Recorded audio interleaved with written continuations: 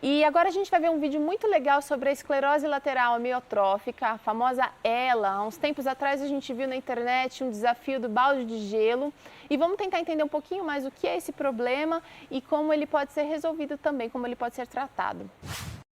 Uma brincadeira que começou nos Estados Unidos colocou em evidência a terceira doença degenerativa que mais atinge a população, a esclerose lateral amiotrófica. A moda passa, mas os pacientes permanecem. Você acompanha nessa matéria o que os profissionais da área da saúde têm a fazer por essas pessoas.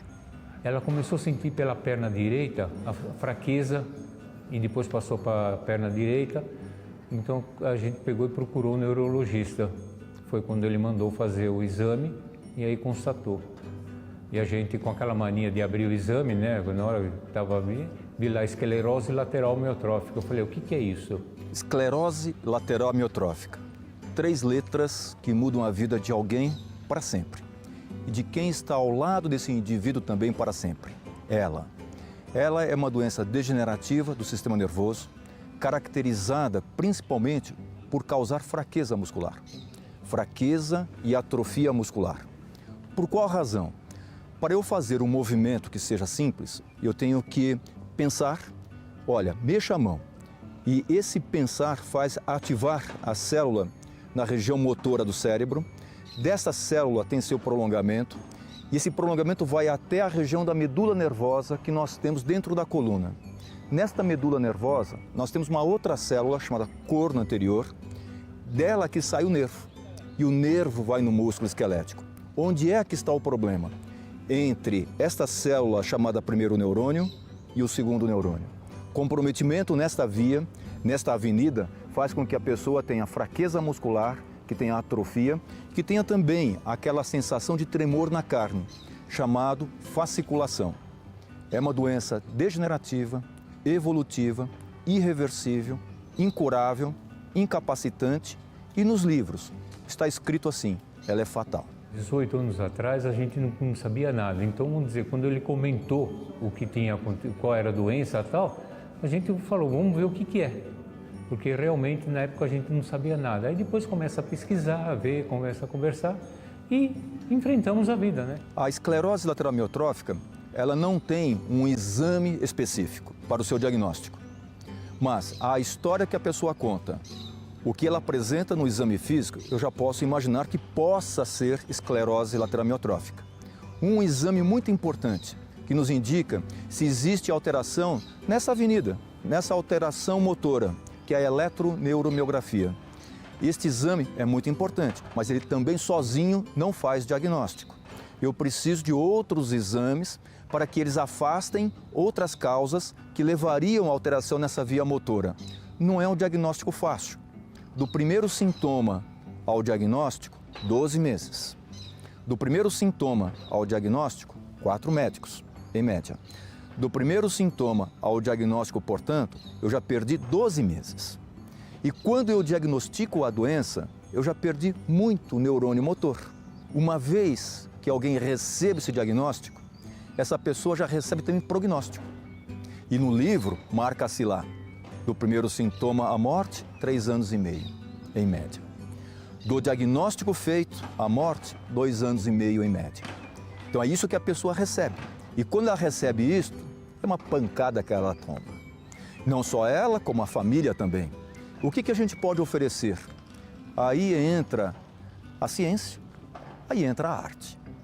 A arte da multidisciplinaridade, do médico, do fisioterapeuta, terapeuta ocupacional, do fonoaudiólogo, psicólogo, enfermeiro, do engenheiro, do advogado, do dentista e outras pessoas mais com as suas artes para tentarem trazer um benefício para o indivíduo para melhorar o dia a dia. Então, o fisioterapeuta ele trabalha exatamente com o sistema músculo-esquelético dos teus pacientes.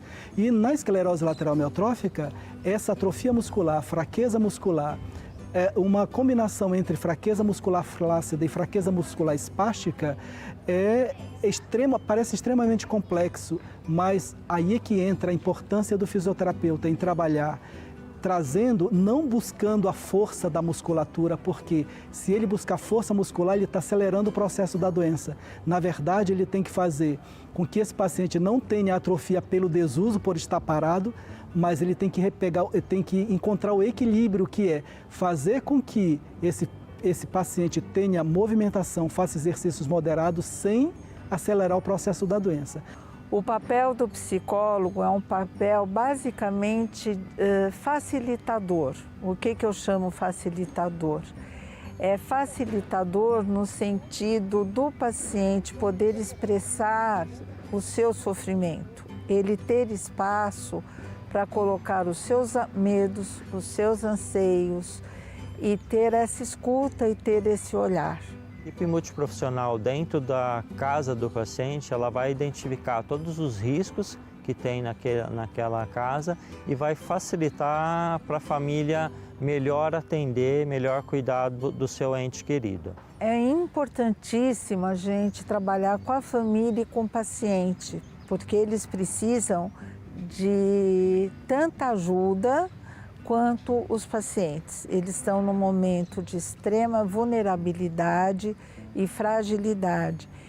E para o paciente é muito importante a família estar junto, porque eles se sentem apoiados e compreendidos no seu sofrimento. Se você não tiver um grupo que apoia a família, ao longo do tempo, em vez de você ter um doente, uma pessoa com esclerose, você vai ter uma família inteira adoentada, em todos os aspectos, no aspecto emocional, psicológico, no aspecto físico. A gente tem feito só o acompanhamento agora na Brela. No começo a gente ia no neurologista, mas ele só fazia os testes, dava o remédio e tal. E aí parou, né? Porque inclusive era particular. Aí foi quando nós descobrimos a Brela. A Brela, Associação Brasileira de Esclerose Lateral Amiotrófica, ela foi criada com um objetivo, que é dar suporte para esses pacientes que logo após receber o diagnóstico estavam alheios. E ela veio para preencher essa lacuna, que é dar as informações necessárias para o paciente, dizendo o que é a doença e como ele pode resolver alguns problemas. Por ser progressiva a doença, o paciente pode, com o curso da doença, apresentar disfunções que gerem uma certa limitação, tanto para a mastigação dos alimentos como para a deglutição dos alimentos.